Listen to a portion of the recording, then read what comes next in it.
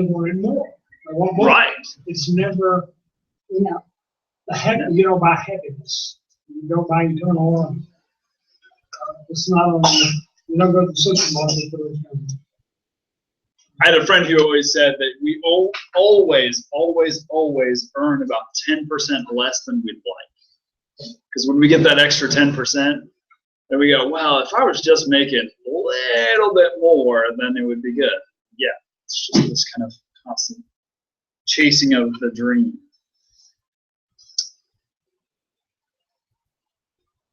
Any other comments on that one? Does that principle make sense? Heaven, not earth, is our true home. Yeah. But it's one of those things that we don't like to think about all that much. Something that God's been driving home to me a lot lately. I don't know exactly why that is, but yeah, being eternity-minded is very different to being earthly minded. If they have additional money, if they can make it a means in order to give more. It's one of the things I found when I was in the fundraising business is there were some people that just like you said, never seem to be happy no matter what they have. And they share big dollars. So I think we talked about last week, rather than the 2 coins, they were able to make substantial gifts. But it was a short happiness. Mm-hmm. You know what I'm saying? The ones that had a lot of money, but yet lived, you wouldn't, well, you might could tell when they drove up, that they at least had a car that was not more than 3 years old. Right, yeah. And it was maybe a higher brand or something like more expensive. Other than that, and then you find out what they did, what they had done. Amazing. Yeah. I think, and you say, all you can do is say, wow. And you realize that they're getting more money, but they are doing what Matthew 25 tells us to do. Feeding the poor and this and this, spreading or helping hospitals that are distant people. Right. There's a book called the Millionaire Next Door, I think it is. And it's all about kind of what are the habits of most millionaires. And most millionaires are not, in giant gold-covered towers. They're in just regular neighborhoods. And they're the people next door, and they just live very simply, more simply than you might imagine. The people who obtain like the new money, old money sort of thing, NFL stars or whatever, they get this $1 billion contract and they blow through all that money, and then they get into huge amounts of debt, and just because they're not living where they need to be. Heaven being our home doesn't mean we're destined for some ethereal existence sitting on clouds playing harps. What difference does it make if you view our eternal destination as a remade earth instead of a disembodied ethereal heaven? Does that make sense? How does that change our perspective? Sounds kind of like whatever fits for you. You're after look forward to it. Just have to, like you say, floating on the truck. Yeah. Though if could be, yeah. Though in Revelation we do see, and behold, I see a new Jerusalem. And there was a new heaven and a new earth, because the old earth had passed away. So we have this idea in Scripture that what we're destined for is an actual world that has been remade in God's image. And yet we often think about, the cartoon kind of heaven where everybody's on clouds and everybody's angels and all this sort of thing. So if we think about it as, instead of we're sitting around on clouds in robes, playing harps. If we think instead of that, if we think of we have a place prepared for us in that New Jerusalem. I'm going to prepare a place for you. Surely if I wasn't, I'd tell you. That mansion, that sort of idea. If we're thinking about that, preparing for that world, how does that change from if we're just thinking clouds and harps? So I think we're going to leave a lot of our physical problems behind so that we're able to succeed in this new world. Yeah. I love that analogy of if you live in France and you can't take anything with you. I mean, it's right. It's very concrete. Judy, were you going to say something? Almost like another world. Almost like going back to the Garden of Eden. Everything's perfect. Absolutely. Yeah. And that we're in right relationship with God and with one another. It's pretty amazing. 1 Peter 3:10 through 13. Someone look that up? Has someone already looked that up?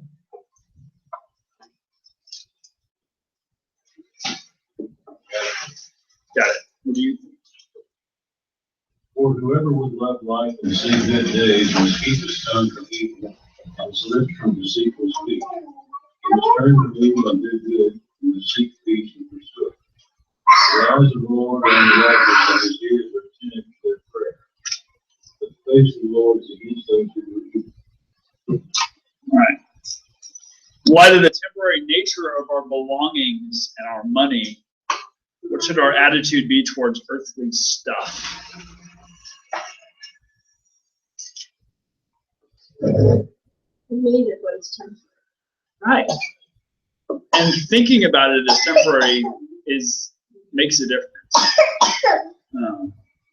Well, just think about it. I mean, how do you deal with fine china versus styrofoam plates, right? One is temporary. It's right. It's just, well, I don't have to worry about it.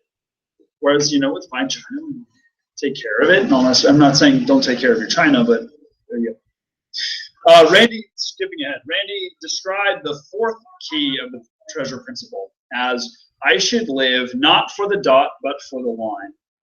What is the dot? What was the line? What's the difference between living for the dot or the line? What does it look like? Does that make sense? Yeah, we're the dot. It's just this little. We burn everything. Yeah. Trying to make the dot bigger and better and then go out and focus. Right. Exactly. Well, and the dot is only, this far across. And we can do quite a bit in this little tiny dot. This dot is really super important. But if we're just living for the dot, then we're missing the whole big thing afterwards. Have you ever thought of yourself as immortal in light of your salvation?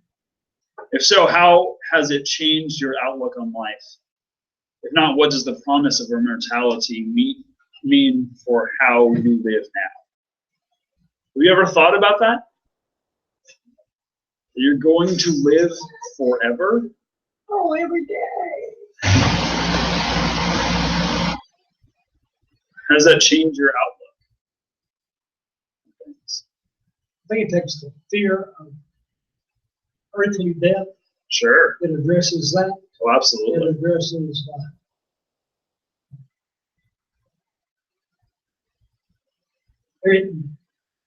like you say, it's a line.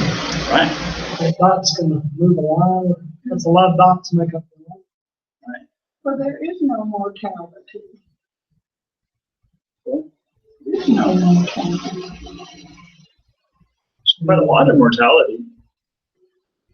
Mortality being Like ultimately, I mean, we all have immortal lives. Is that what you're going with? Physically mortal, but spiritually immortal. Yeah. I watched a video. I was looking for another study, and it was this this teenager who wakes up and thinks that he is a vampire, right? And I'll show it to y'all, but it totally affects the way he views his friends, the things that he has, all this sorts of stuff. It's one of those, you have to see it. I'll show it to you sometime. Maybe we'll be quick and I can pull it up. All right. In the past, how have you viewed death? How has your view of death impacted the way you view your money and your possessions? Russell just said, looking at things in the light of eternity kind of modifies how you look at death. But how does that then modify how you look at your money and what you have, and your time and your talents?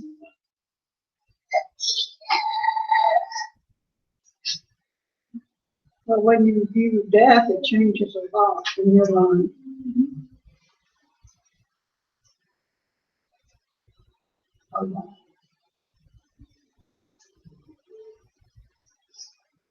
I think we're here until that result that decides our time. Right. To experience that. So these are kind of my. Absolutely. Right.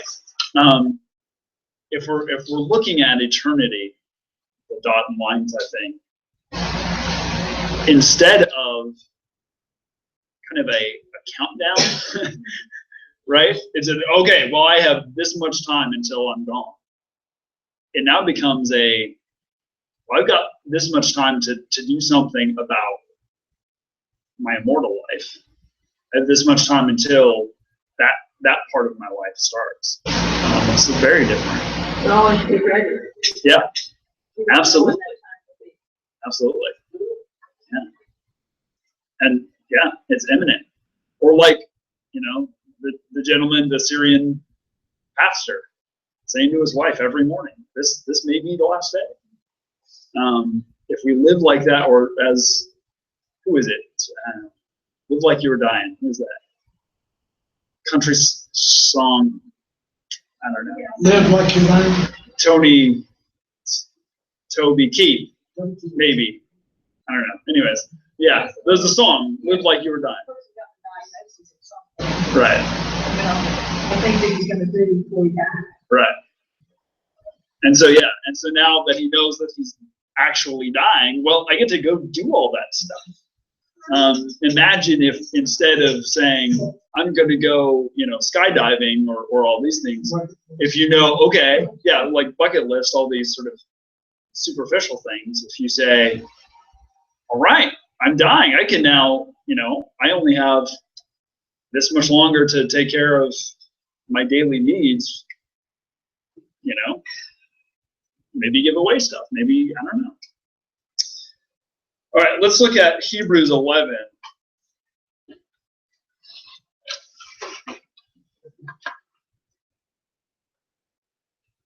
Verse 1 through 6, and I'll go ahead and read this. Now faith is the assurance of things hoped for, the conviction of things not seen. Indeed, by faith our ancestors received approval. By faith we understand that the worlds were prepared by the word of God, so that what is seen was made from things that are not visible. By faith Abel offered to God a more acceptable sacrifice than Cain's. Through this he received approval as righteous, God himself giving approval to his gifts. He died, but through his faith he still speaks. By faith Enoch was taken so that he did not experience death, and he was not found because God had taken him. For it was attested before he was taken away that he had pleased God, and without faith it is impossible to please God. For whoever would approach him must believe that he exists, and that what? He rewards those who seek him. So according to Hebrews, what is faith? Assurance of things hoped for. Yeah. Does that work with the this thoughts of eternal perspective?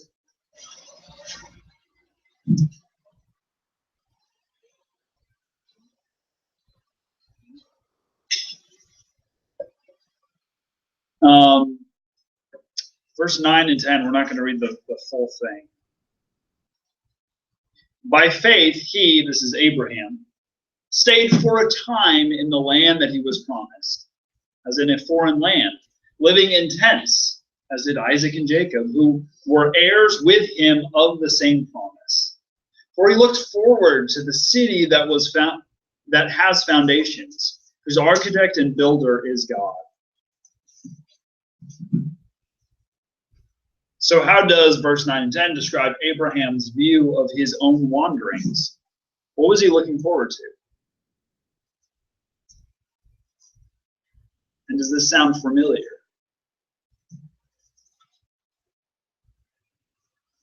Like we was looking forward to New Jerusalem, more or less, it's pacified and that's it. Right. Now, Hebrews takes a little bit of liberty with that. I mean, Abraham, in some ways, is just looking forward to the time when God will actually give him the land that he's promised. Right? Remember, because God says, look at all this land. This is all going to be your land. And you're going to have many descendants, all this sort of stuff. But during all this time, he was moving by steps. He was a nomad. He was following his herds around. He was going from this place to this place to this place in a tent. But he was looking forward to a time when he could have cities, roots, be in a place of their own. And then even then, they have their own land, and there's almost still a looking forward. Well, we're getting into this in 1 Samuel and 2 Samuel, this idea that there's still more yet to come because they're still struggling. They're still fighting against the people who are in the nation, in the land.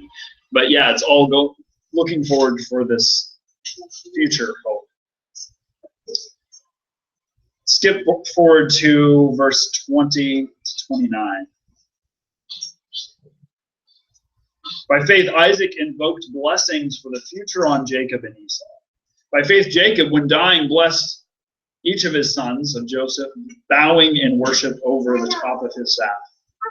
By faith, Joseph, at the end of his life, made mention of the exodus of the Israelites and gave instructions about his burial. By faith, Moses was hidden by his parents for 3 months after his birth, because they saw that the child was beautiful and that they were not afraid of the king's edict. By faith, Moses, when he was grown up, refused to be called the son of Pharaoh's daughter, choosing rather to share ill treatment with the people of God than to enjoy the fleeting pleasures of sin. He considered abuse suffered for the Christ to be greater wealth than the treasures of Egypt, where he was looking ahead to the reward. By faith, he left Egypt, unafraid of the king's anger, for he persevered as though he saw him who is invisible. By faith, he kept the Passover and the sprinkling of blood so that the destroyer of the firstborn would not touch the firstborn of Israel. So, what is Moses looking forward to?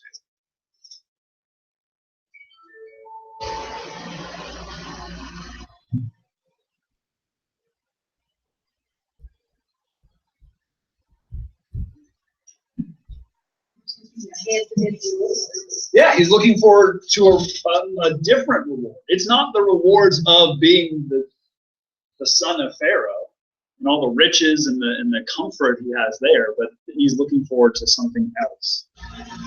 Are you sensing a theme here? 39 through 40. Yet all of these, though they were commended for their faith, did not receive what was promised, since God had provided something better, so that they would not, apart from us, be made perfect. So he sums up thousands of years of people. What does it mean to you that men and women have lived for centuries with a mind toward eternity? What does it mean to you that the way you use your money is an outward expression of that heroic faith?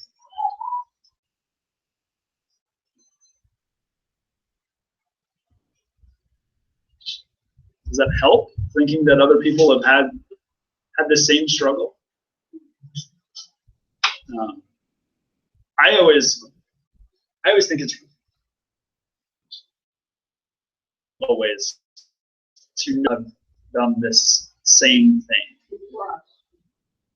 Right. Communion and such. Absolutely. We think about those who've gone ahead and those who'll be behind. Absolutely. Yeah. Yeah. And that culminates in Hebrews 12, 1 through 2. Therefore, since we are surrounded by so great a cloud of witnesses, let us also lay aside every weight and the sin that clings so closely, and let us run with perseverance the race that is set before us.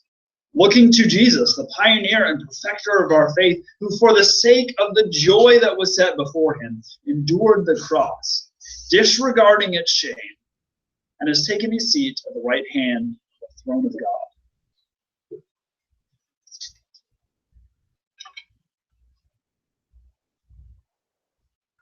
So Jesus is our pioneer, our perfecter. The writer of Hebrews uses this image of a runner, which I think is really helpful for this, because what does a runner need to do?